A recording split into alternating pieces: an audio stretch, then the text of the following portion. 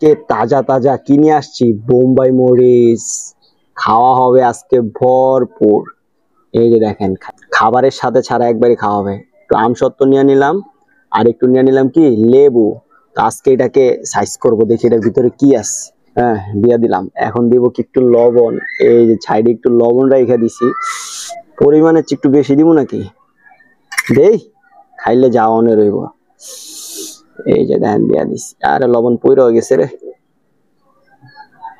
ঘ্রাণটা যে বাইরে হইতেছে না। এই যে লেবু, এই যে দেখেন লেবুর রসটা দিয়ে দিতেছি। ঝাল কি কমবে না আমার 12টা বেজে যাবে আজকে? হ্যাঁ, দিয়া দিলাম লেবুর রসা। এখন একটু চটকে আনি নাকি, চটকালে যদি একটু ভালো লাগে। এই যে দেখেন পুরাটা মাখো মাখো করে, ইস যে দেখবে হ্যারি শুধু খাইতে মন চাইবে যে বানাইলাম কি জিনিসটা। পুরো। আর মেয়েরা, ও মেয়েরা এটা পছন্দ করে অনেক। বাইরে ভাই খামু নাকি, মানে ঘ্রাণে তো পুরা লটর পটর অবস্থা হয়ে যেতেছে ভাই, ভয় লাগতেছে।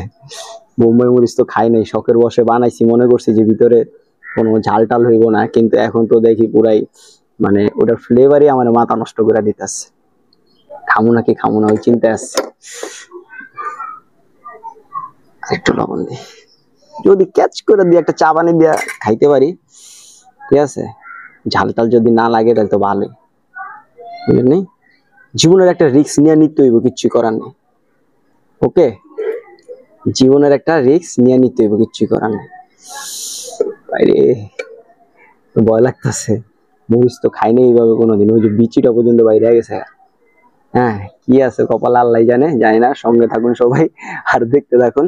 আল্লাহ বিসমিল্লাহ।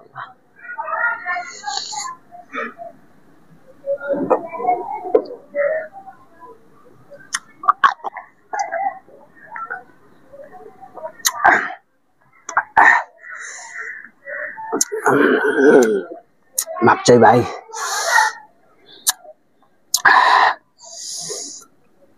চেহারা মেয়ারা সব দাঁড়ায় গেছে।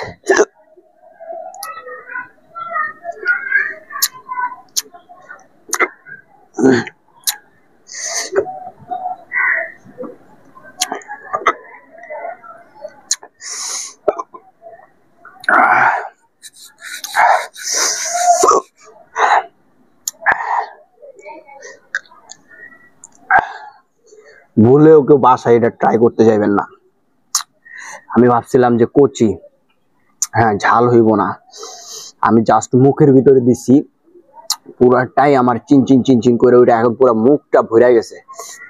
এটা মিষ্টি আম রাখছিলাম যে বাইসেন যদি খারাপ লাগে তাহলে আর খাবো না, কিন্তু ওটা তো সহ্য হইতেছে না। ফ্রিজের আম রাখছিলাম, খাইছি একটু, কিন্তু কাজ হয় নাই।